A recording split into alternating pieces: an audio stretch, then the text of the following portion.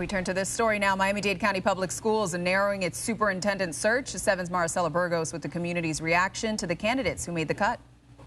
It has to be someone who puts children first. Miami-Dade School Board members have narrowed down their search for Alberto Carvalho's replacement. One of these 3 candidates could become the next superintendent. On the left is Jacob Oliva, Florida Department of Education Senior Chancellor.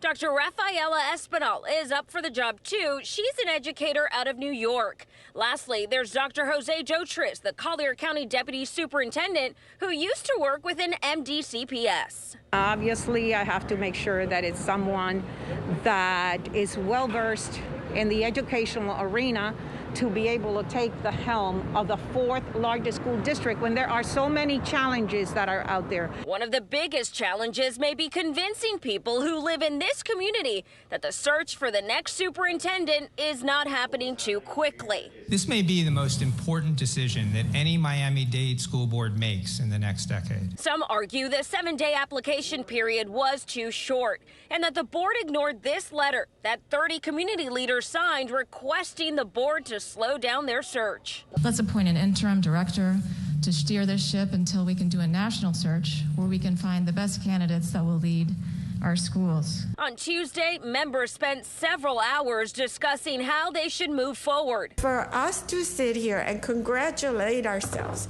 on the open and transparent and fair process, I think is not fair to our community. But if I was a candidate, I would totally withdraw my name. I would not want to be part of this. At one point, Dr. Steve Gallen voiced his top pick. I would like to make a motion to nominate Dr. Jose Jotris as the new superintendent of schools. Then he withdrew his motion. But I stand convicted in my position. The board eventually decided each candidate will be interviewed publicly. For me, it was very important to not only hear the questions the community may have, especially our parents, for the next superintendent, but to hear the answers in public from that person. The other 2 candidates, do they have an opportunity to sway your vote?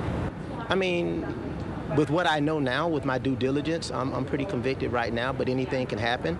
Obviously, there's much more in this process that has now been added to it, but I think the community is really expecting us to be decisive.